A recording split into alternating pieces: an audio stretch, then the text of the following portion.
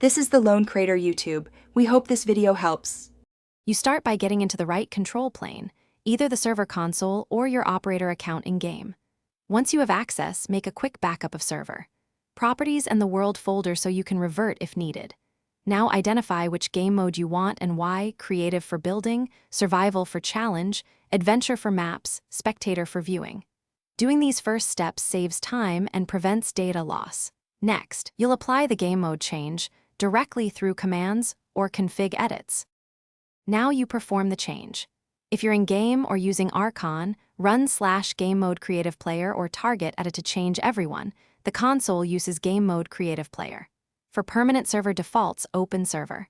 Properties, set force game mode equals true and game mode equals creative, then save. Make sure to notify players. Sudden switches can disrupt builds or gameplay.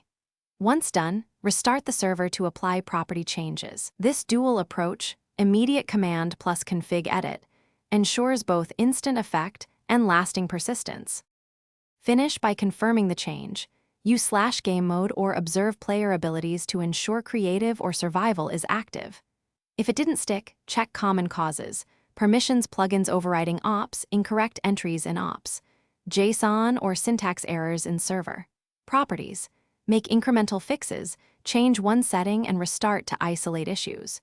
If something broke, restore the backup you made earlier and repeat the safe steps. One key troubleshooting tip: check console logs for permission denials.